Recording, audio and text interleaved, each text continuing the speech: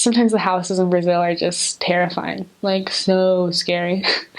And I just remember we had this one house I actually loved because it was really fun, but there was a bunch of cockroaches and it was moldy and it was scary.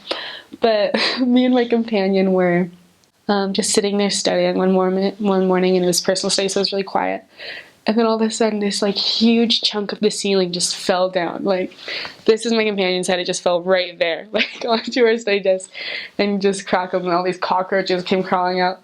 I just remember being like, "This is my life now." And then we were grateful that it didn't hit her, because that was a blessing. But those are things that you just have to learn to like smile and move on. But yeah, there's so many small funny things that will happen on the mission in your house and with your companions and stuff that, like, at the moment might be bad, but like, you'll just look back and they're great. Chicken heart is one of the foods you would eat in Brazil. One time my companion and I, we were two brand new sisters in an area that hadn't had sisters for like 20 years. And it was our first night, and we went to go find someone, and we were coming home, and it was like, we're supposed to be home by 9 or 9:30, and we're coming home, we were trying to get home by 9, but it was like 9:15, and we were super lost, and we couldn't find out where we were, because they don't really give you maps, you kind of have to just figure it out. So we're kind of scared, it was a little bit late, we didn't really know where we were, and then all of a sudden the lady in front of us got, like, people start running towards us, being like, "He has a gun, run away." So me and my companion started, like, she was crying, and I didn't really speak Portuguese, so I didn't really know what was happening. But the lady in front of us got robbed, which was interesting, and we actually, like, ran with this group of people to the next area of, like, a lot of people where we waited, and we called the bishop to come pick us up, and it was a bar, which wasn't, so we were like, we're Mormon missionaries at a bar at, like, 9:30 at night, this is not good. But we started doing contacts with some people waiting outside the bar and handed out some pass-along cards and stuff. So I don't know if anything good came of it, but, maybe. You learn how much Heavenly Father loves His children. And you learn that for how much love you feel that He has for you. You learn it by looking at other people through this new set of eyes that you've never seen them before. You look at it through experiences like Caillou, where you can just feel that He loves His children, and you know it. And there was just so many times where I just felt Heavenly Father, like, sitting next to me, where I was walking and I just felt like I was being carried by angels. And that's not to say that there weren't times in my mission where I felt really alone and that were really hard. But if you keep going and you keep trying, no matter what, for however long it takes, you really feel that. And I think if anything, I can come back from my mission and I'll never doubt that Heavenly Father loves His children. I'll never doubt that He really exists and that He really listens to prayers. So that's what I came with. I think everyone has their own specific reasons for serving, and that, He'll teach them what they need to know during their mission time. Well, Portuguese has really blessed my life. It's been really awesome to be able to learn that, especially since I didn't have that much time there. I felt like I picked it up quickly. But as far as like a life skill, you learn how to pack, and you learn how to move around every 6 weeks, and that's great. I think the best thing that, like, universally people can get from missions, though, is living with a companion.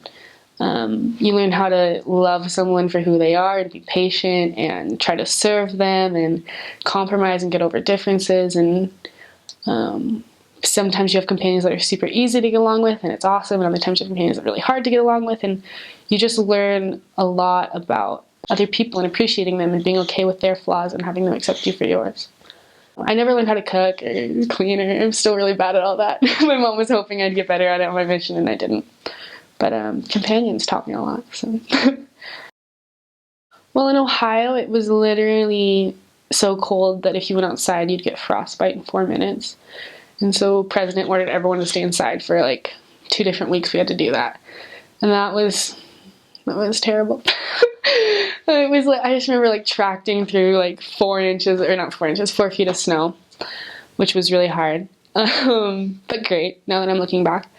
In Brazil, it's really hot, really, really, really hot. Like, we would leave our house, and by the time we got to our first appointment, my water bottle, like the water in it would be boiling hot. But it also has these crazy rain storms.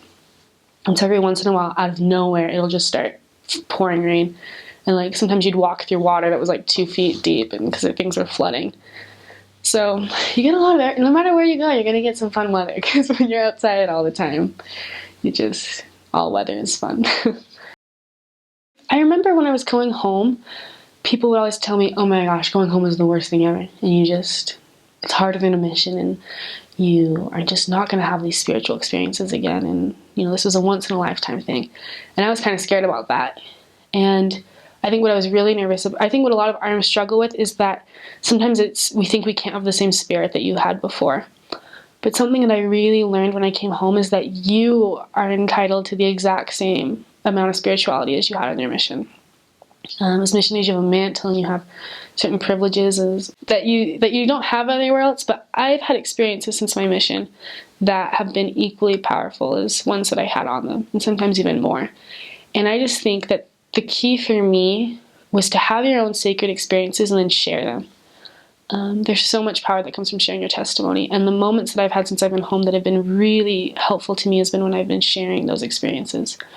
So my advice is, don't think that it's over. Don't think that you can't read your scriptures every day or you're never going to feel the Spirit, because you can. And just know that when I served in Ohio, when I served in Brazil, I learned a lot of different things, and my mission experiences was very different. And sometimes we think, like, your mission will be exactly like this, and coming home will be exactly like this. But I learned that if I had served the entire time in Ohio or the entire time in Brazil, I would have had two very different mission experiences. So don't feel like you have to fit this certain mold. Just always strive to do the best you can to keep up your spirituality, to share your testimony, and you're going to be okay. And get into school or work or whatever you can as soon as possible, because that helps a lot too. There's so many language mistakes I made that were funny. And a lot of times too, I was kind of famous with my companions for when I didn't know a word, I would just make it up. And so I just remember like promising people, like, if you go to the church, you'll feel like a recharging of your spirit, and just making up this word that meant recharging because I know how to say it. And everyone was like, you pray the Spirit reaches their hearts. But I remember one time, there are these really good, like, little, I want to say like a snack sort of thing in Brazil called a coxinha. And they're just like little kind of dough filled with meat.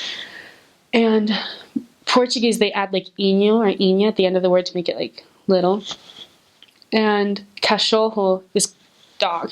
And coxinha is like this little meat thing. And I remember this lady one time saying that she was like, I got really sick the other day after I ate my little coxinha. And I thought she was saying like a cachorrinho. And so I thought she was saying a little dog. And I was like, this lady is eating her pets. Like, we have to leave this house immediately. And my companion was just smiling, and I was just like wide-eyed and scared the whole time. And then it was fine. But you'll have like a bunch of little things like that. And then you just laugh and keep going.